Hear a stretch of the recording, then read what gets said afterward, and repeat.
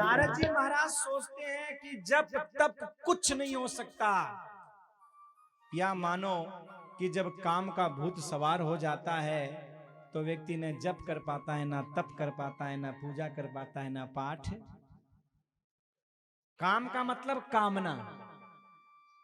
आज जरा विचार करना, हमारे जीवन में भी ये भूत कहीं सवार तो नहीं हो गया?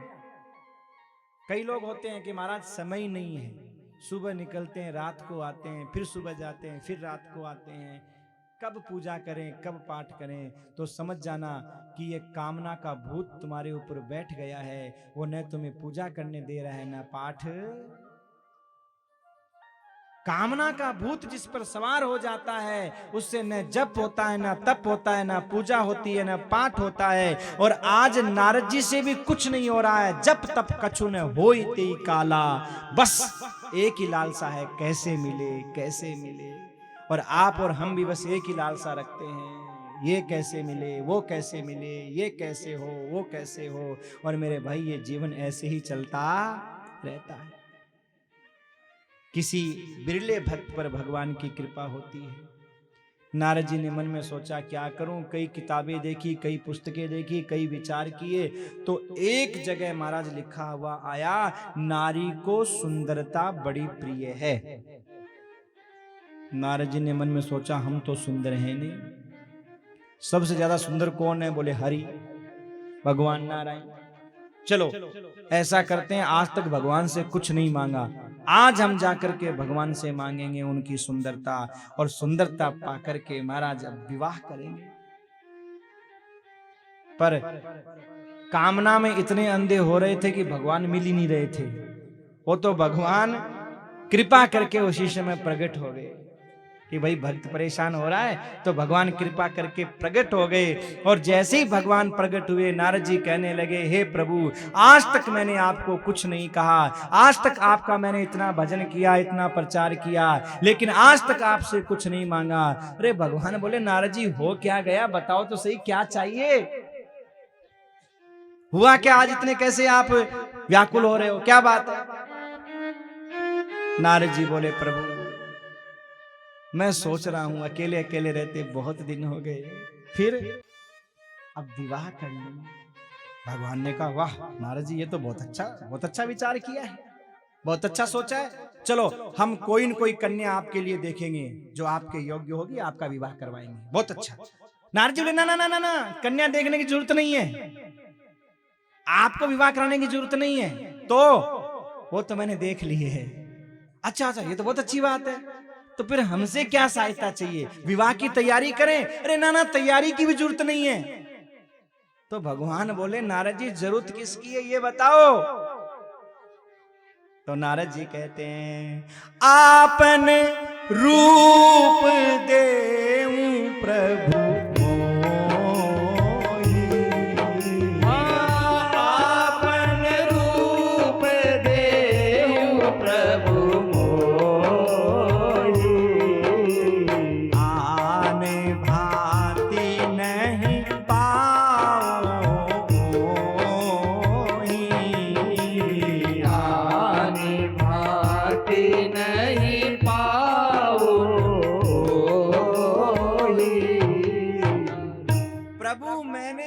कुछ देख रखा है। भगवान ने कहा तो समस्या क्या है? बोले समस्या ये है प्रभु, हमें आपका रूप चाहिए। क्यों? बोले प्रभु हम सुंदर नहीं हैं, आप बहुत सुंदर हैं। तो प्रभु आप तो इतनी कृपा कर दो कि आप अपना रूप दे दो ताकि हम प्राप्त कर लें उनको। भगवान ने कहा, भाई हद हो गई, रूप हमारा और विवाह तुम्हारा, जोर की बात है भाई। रूप हमारा लेके जा रहे हो, विवाह तुम करने जा रहे हो, ये भाई तो जोर की बात कह दी। भगवान असमंजस में पड़ गए, चुप हो गए, करें क्या। नारद जी ने एक बात बहुत अच्छी कह दी। नारद जी कहने लगे, जय विधि होई नात हित मोरा। बस ये बात भगवान ने कहा, हाँ अब हो गया, अब कल्याण कर देंगे। ये जो बात कही ना नारद जी ने कि प्रभु जय विधि नाथ होई हित मोरा, जैसे मेरा हित हो वो काम करना। तो भगवान बोले, नारद जी हित नहीं, जय विधि होई परम हित। नारद जी, अगर भक्त अपने जीवन की डोर हमें सौंप देता है कि पकड़ लो नाथ गिरधारी, नहीं हम डूब जाएंगे, हमारा कुछ नहीं बिगड़ेगा, तुम्हारी लाज जाएगी। अगर भक्त अपने जीवन की डोर मुझे सौंप देता है तो उसका हित नहीं, मैं परम हित करता हूं, उसका अहित कभी होने नहीं देता। तो नारद जी, आप चिंता मत करो, मैं आपका परम हित करूंगा। सोई हम करबन आन कछु वचन मृषा हमार। हम प्रतिज्ञा करते हैं, वचन देते हैं, हमारा वचन कभी झूठ नहीं होगा नारद जी। जिसमें आपका हित है हम वही करेंगे। पर नारद जी एक बात ध्यान रखना, देखो भगवान ने समझा तो दिया कि नारद जी एक बात ध्यान रखना, कुपथ मांग रुज व्याकुल रोगी, जो बीमार होता है, मुंह खराब होता है, तो उसका कुपथ्य खाने का मन करता है। चटपटा खा लूं, ये खा लूं, वो खा लूं, मिर्ची से तला हुआ, तेल में तला हुआ खा लूं। लेकिन इतने तड़फने के बाद भी वैद्य उसे वो खाने को नहीं देता है। इतना व्याकुल हो रहा है लेकिन उसे खाने को कभी नहीं देता। भगवान कहते हैं, एहि विधि हित तुम्हार में ठयों।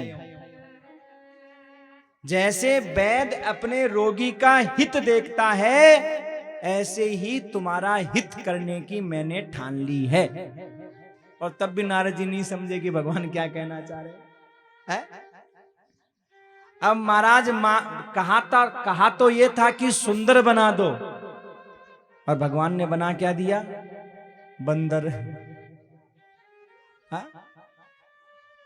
बनना तो चाहते थे सुंदर और बन गए बंदर, और ऐसे बंदर बने कि विश्व मोहिनी माला तो बहुत दूर की बात, देखा भी नहीं, पास भी नहीं आई है, बहुत दूर की बात। ये कथा क्या संकेत कर रही है? ये कथा संकेत कर रही है कि जो भगवान के चरणों का बंदर बन जाता है उसे फिर माया कुछ नहीं कह सकती। उसकी बात छोड़िए, उसके साथ में जो बैठा हो, विश्व मोहिनी ने नारद जी की तरफ तो छोड़ो, नारद जी के पास में जो लोग बैठे थे, जिस लाइन में नारद जी बैठे थे, उस ओर भी देखा नहीं, उस ओर भी नहीं देखा, महाराज गई नहीं उधर। हाँ, क्यों? बोले जिधर संत बैठे हो वहां माया का क्या काम। जहां भगवान का ये बंदर रूप किसने दिया है? भगवान ने। नारद जी किसके बंदर हैं? बोले भगवान के। बोले जो भगवान का बंदर हो उसे माया नचा नहीं सकती, वो तो भगवान के लिए नाचता है, वो माया के जाल में नहीं नाचता। और सजनों, यही कारण है कि इस कथा को जब भोले बाबा अपने हृदय में विचार करते हैं तो भोले बाबा ने कहा, अरे राम जी का बंदर तो ये बहुत अच्छी बात है, माया तो कुछ भी नहीं कहती।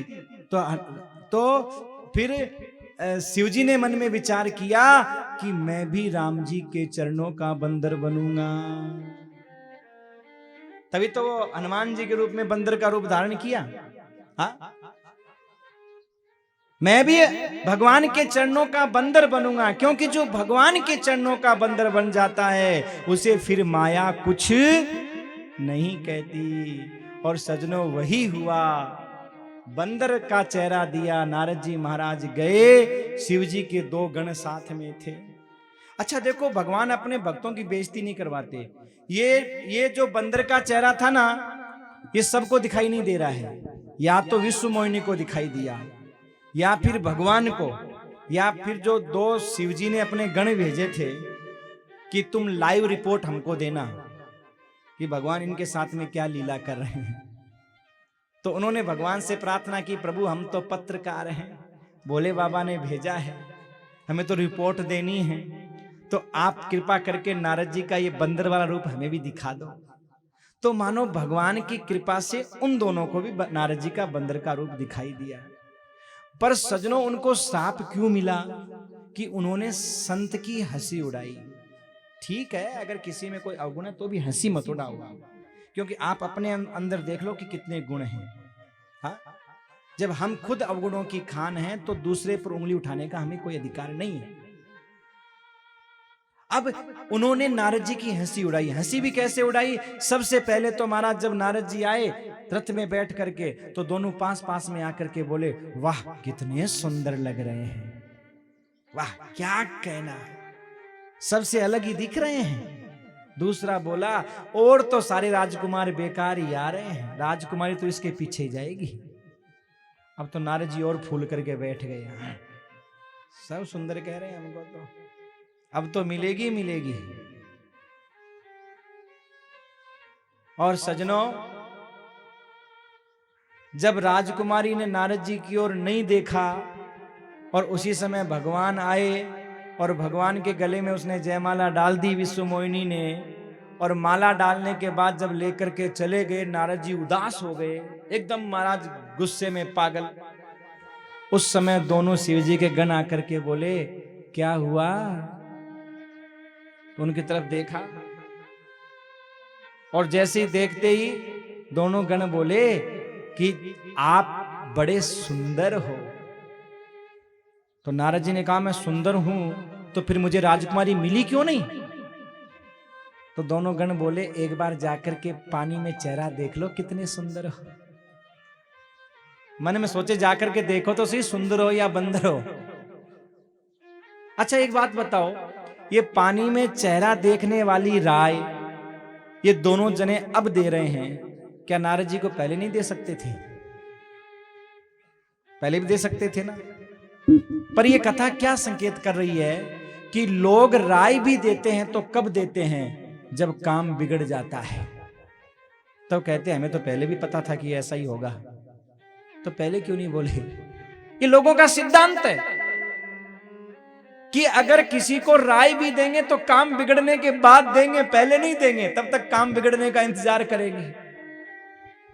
और महाराज काम बिगड़ने का इंतजार किया, राय दी काम बिगड़ने के बाद, और नारद जी ने जैसे ही जाकर के जल में अपना चेहरा देखा और बंदर का चेहरा देखते ही और क्रोध आ गया, भयंकर क्रोध में मारा। और क्रोध में आकर के मन में सोचने लगे, अब तो मुझे कहीं का ही नहीं छोड़ा, अब क्या करूंगा, पता नहीं ये चेहरा रहेगा कि जाएगा। पुनः जब पानी में चेहरा देखा तो अब की बार जैसे पहले थे वैसे ही हो गए। तो कुछ संतोष मिला कि चलो कम से कम लौट के बुद्धू घर को आए, जैसे थे वैसे तो हो गए। हमें तो डर था कि हम क्या होगा क्या नहीं। लेकिन वो दोनों खड़े खड़े मुस्कुरा रहे थे, नारद जी को क्रोध आ रहा था। तो नारद जी ने कहा, मैं उनको तो बाद में देखूंगा, पहले तुमको ही देखता हूं।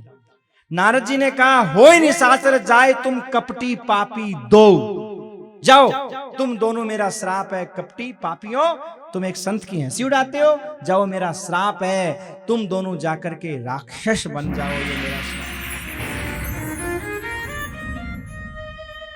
दोनों बोले, महाराज हमने तो खाली हंसी उड़ाई थी, तो आपने हमें ये राक्षस बना दिया, और जिन्होंने आपको ये बंदर का रूप दिया उनका क्या करोगे? अब देखो जानबूझ के याद दिला रहे हैं कि उनको भी जाके कुछ तो बताओ, उनको भी तो कुछ दो जाकर के।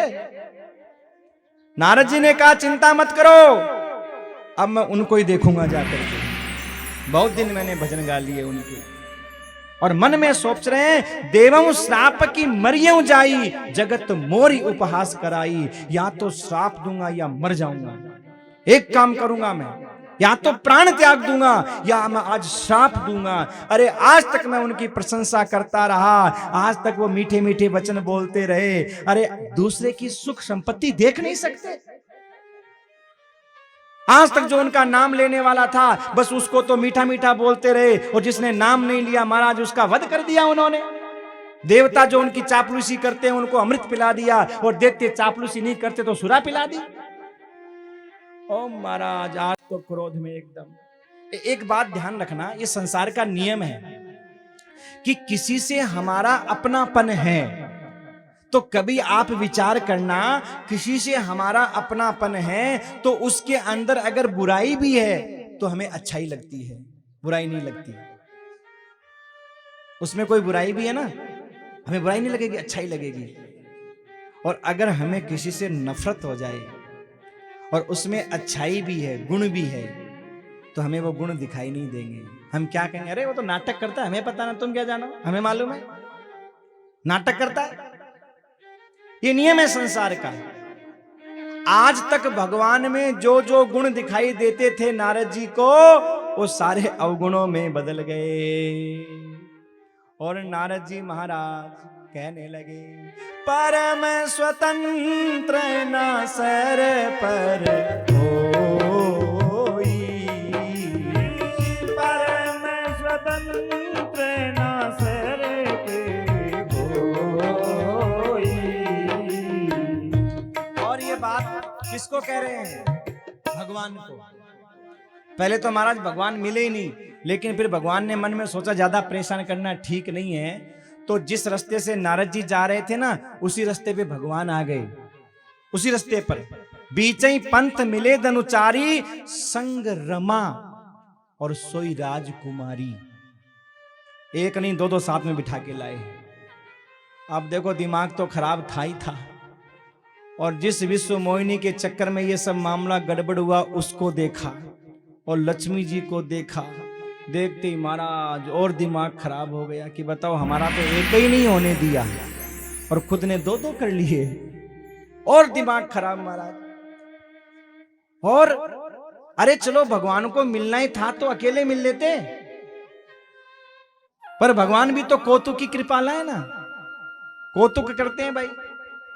तो भगवान जो है साथ में रमा को और उस राजकुमारी को साथ में लेकर के आए। और जब साथ में लेकर के आए तो महाराज अब तो नारद जी ने सुनाना शुरू किया, परम स्वतंत्र ना सर पर कोई, आपने बहुत स्वतंत्रता से रह लिए, आपके सर पर कोई कुछ कहने वाला नहीं है, कोई आपको बोलने वाला नहीं है, इसलिए जो मन में आता है वो करते हो आप। आज तक आपको कोई आपके बराबर का मिला नहीं, आज पहली बार आपने ऐसे घर में निमंत्रण दे दिया, बहुत बड़ी गलती कर दी आपने। और भगवान मुस्कुरा और रहे हैं। ये और देखो, हमें गुस्सा आ रहा हो, क्रोध आ रहा हो और सामने वाला हंसे, क्या होगा? और गुस्सा बढ़ेगा हमारा और क्रोध बढ़ेगा। नारद जी जिन काम और क्रोध से अपने आप को विजय घोषित कर रहे थे, आज वो काम भी जीवन में आ गया और क्रोध भी। इसका मतलब समझे, माँ बाप बच्चे को ऐसे गोद में ले रखे हैं, बच्चा सोचता है मैं माँ बाप से ऊपर चला गया, पर वो ये नहीं देख रहा कि ऊपर गया कैसे। नीचे तो माँ बाप के हाथ हैं, अगर माँ बाप हाथ खींच ले तो धड़ाम से नीचे आएगा। बस ऐसे ही जीवन में हमारी कोई भी प्रगति हो रही है, हम चाहे भजन कर रहे हैं, चाहे पूजन कर रहे हैं, चाहे काम पर विजय प्राप्त कर रहे हैं, चाहे क्रोध पर विजय प्राप्त कर रहे हैं, तो इसमें हमारा कुछ नहीं है, उस परमात्मा की कृपा से सब हो रहा है। अगर उसकी कृपा हटी तो दुर्घटना घटी। नारद जी गालियां दे रहे हैं। माता लक्ष्मी जी बोली, प्रभु ये आपको गालियां दे रहे हैं और आप हंस रहे हो, बुरा नहीं लग रहा?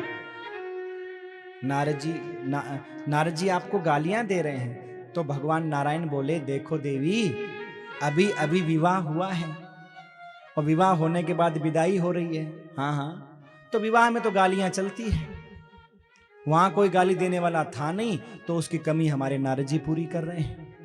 अब इसमें बुरा मानने वाली क्या बात है? ठीक है, भगत है, अब गाली दे करके पूरी कर रहे हैं। और नारद जी ने आज तक प्रशंसा तो बहुत की है, हम तो देखना चाहते थे कि नारद जी गाली देते हुए कैसे लगते हैं। भगवान मुस्कुरा रहे हैं। और सजनों, नारद जी को इतना क्रोध आया, इतना क्रोध आया कि नारद जी महाराज ने श्राप दे दिया, जाओ आप मनुष्य देही को धारण करोगे, ये मेरा श्राप। और जब नारी के विरह में आप दुखी होगे तो आपकी कोई सहायता करने के लिए नहीं आएगा, आपने मेरे को बंदर का रूप दिया है, इसलिए जाओ बंदर ही आपकी सहायता करे। श्राप दे दिया। लेकिन वारे ठाकुर वारे प्रभु, श्राप शीस धरी हरस ही है, प्रभु बहु विनती की।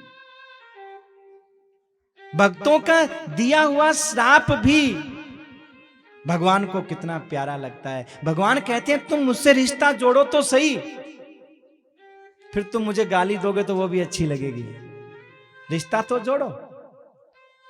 आप विवाह करने के लिए गए, जब तक आपका विवाह उस घर में नहीं था, तब अगर आपको कोई गाली देता तो बहुत बुरी लगती, लेकिन आपने उस घर से रिश्ता जोड़ लिया, विवाह कर लिया। अब अगर वहां की स्त्रियां गाली गाती है तो आपको गुस्सा नहीं आता, आप हंसते हो, एक लड्डू और ज्यादा खाते हो। क्यों? अब आपका रिश्ता हो गया है। तो भगवान कहते हैं रिश्ता जोड़ करके तुम कुछ भी करो, रिश्ता जोड़ लो, फिर मुझे गाली दो, कोई बात नहीं, रिश्ता तो जोड़ो। अरे तुम भजन नहीं कर सकते तो चलो गाली दो, कुछ तो पर रिश्ता जोड़ करके सच्चे दिल से रिश्ता जोड़ो, ऐसे नहीं। और भगवान ने जब नारद जी के श्राप को अपने शीश पर धारण किया और भगवान ने माया को दूर किया, तो नारद जी को होश आया, अरे मैंने ये क्या कर दिया। फिर तो कहने लगे, मिर्षा होय मम श्राप कृपाला, मम इच्छा कह दीन दयाला। हे भगवान, मेरा श्राप झूठा हो जाए, ये मैंने क्या कर दिया। भगवान ने कहा, नारद जी कोई कुछ नहीं करता, जो मेरी इच्छा होती है ना, मेरा भक्त वही करता है। यही तो मेरे भक्त की पहचान है कि भक्त का अपना कुछ नहीं होता। भक्त की विशेषता क्या है? भक्त के पास अपना कुछ नहीं है, भक्त का जो कुछ है वो परमात्मा का है, परमात्मा को समर्पित है। तो भगवान कहते हैं, हे नारद जी, ये मेरी इच्छा थी, आपने कुछ नहीं किया, जो कुछ किया वो मेरी इच्छा ने किया, इसलिए आप ज्यादा दुखी मत होइए। नारद जी बोले, प्रभु मेरे मन में गलानी हो रही है, मैं करूं क्या, बहुत गलानी हो रही है, मैं करूं क्या। तो भगवान ने कहा, गलानी दूर करने का एक काम करो, एक काम से दूर हो जाएगी। क्या? राम सिया राम, सिया राम जय जय राम, राम सिया राम, सिया राम जय जय राम, राम सिया राम, सिया राम जय जय राम, राम सिया राम, सिया राम जय जय राम। जपहु जाई शंकर सतनामा,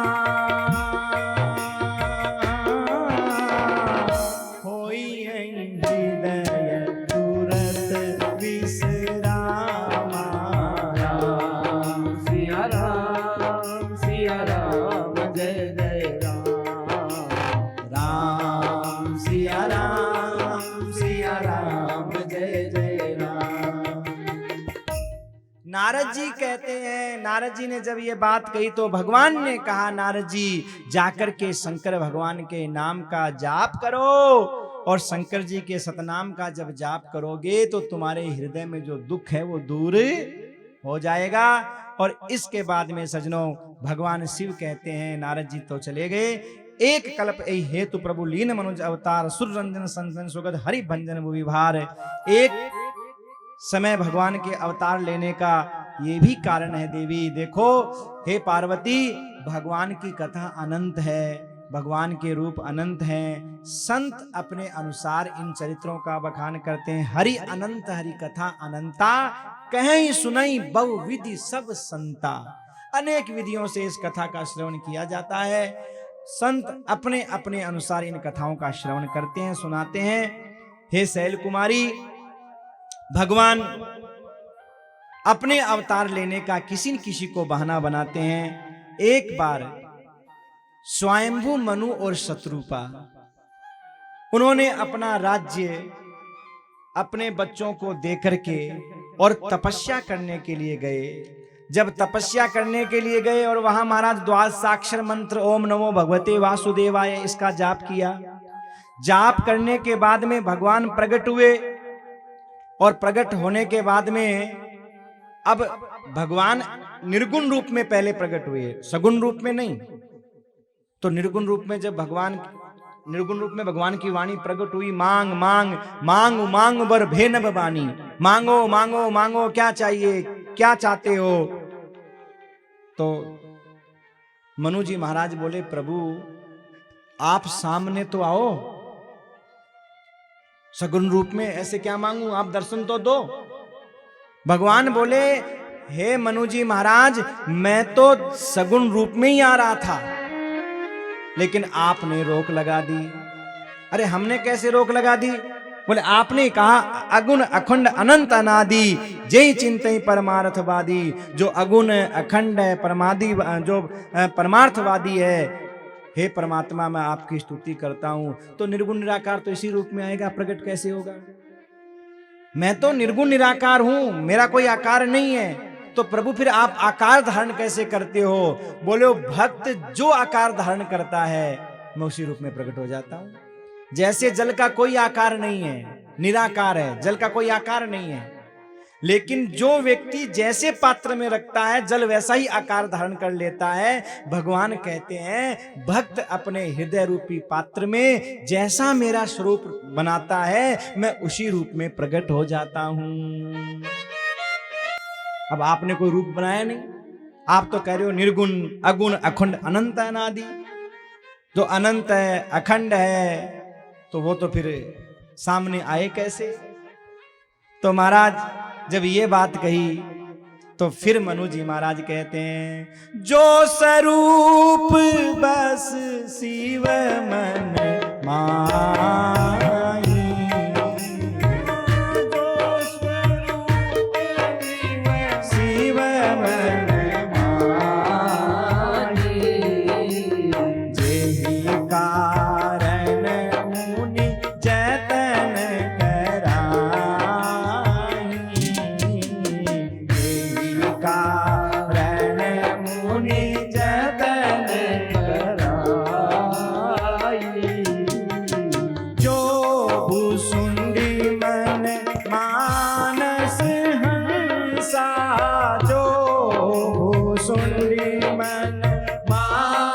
से